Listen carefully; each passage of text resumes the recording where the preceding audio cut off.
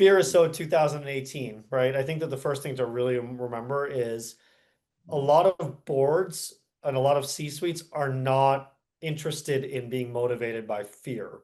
That's not always the case, right? I mean, if you're in the middle of a scandal or a looming breach or something like that, fear may be just the right thing. But if you're running your program and you're trying to advocate, talking about fines and penalties, while it may work, is a fairly finite hammer, in my opinion. What they really are looking for in terms of balancing risk to growth is the return, in my opinion, for lack of a better word.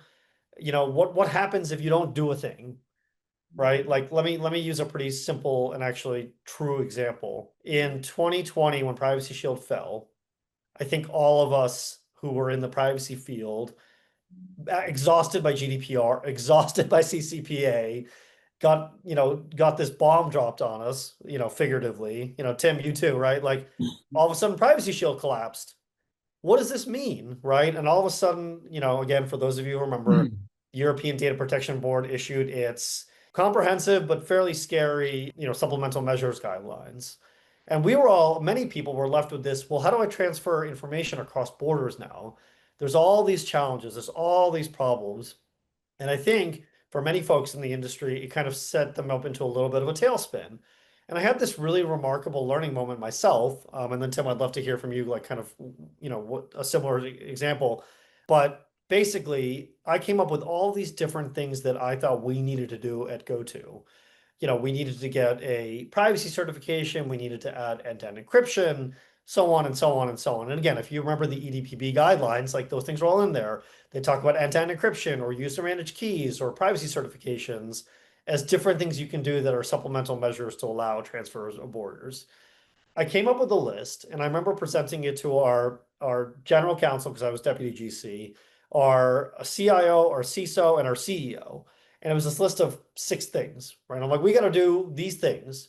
And our CEO was really helpful. He was like, look, he's like, that's a lot of things. He's like, that's a lot of money. That's a lot of time. He's like, I understand these are important, but I want you to come back and I want you to basically make a chart with who are the addressable audiences per thing that you want to go do, what this will solve, for whom, how much time it'll take, and what it'll do.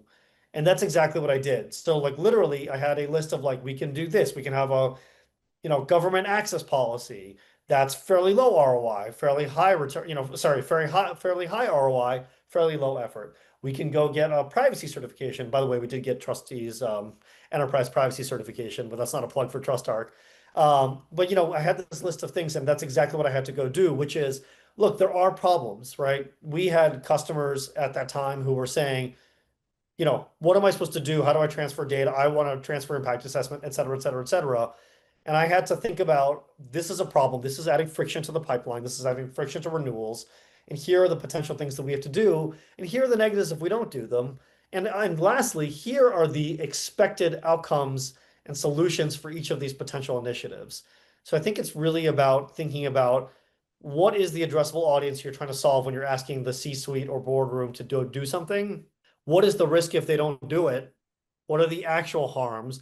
And like I think pretty critically that I had learned like pretty early on is, are those harms considerably important enough to that business? Because for some of you all, especially in this day and age with spot checks occurring from certain regulators, this is different. But in 2018, 2019, 2020, some organizations believe that if they weren't, the biggest blue chips out there, that maybe they had a lower target on their back, which means that they had a different risk appetite. So understanding your business's risk appetite in terms of, do they worry about fines, and whether or not that's the right approach, or you need to make sure that they are educated about what they should be worried about, or if they should be worried about fines, are all really important.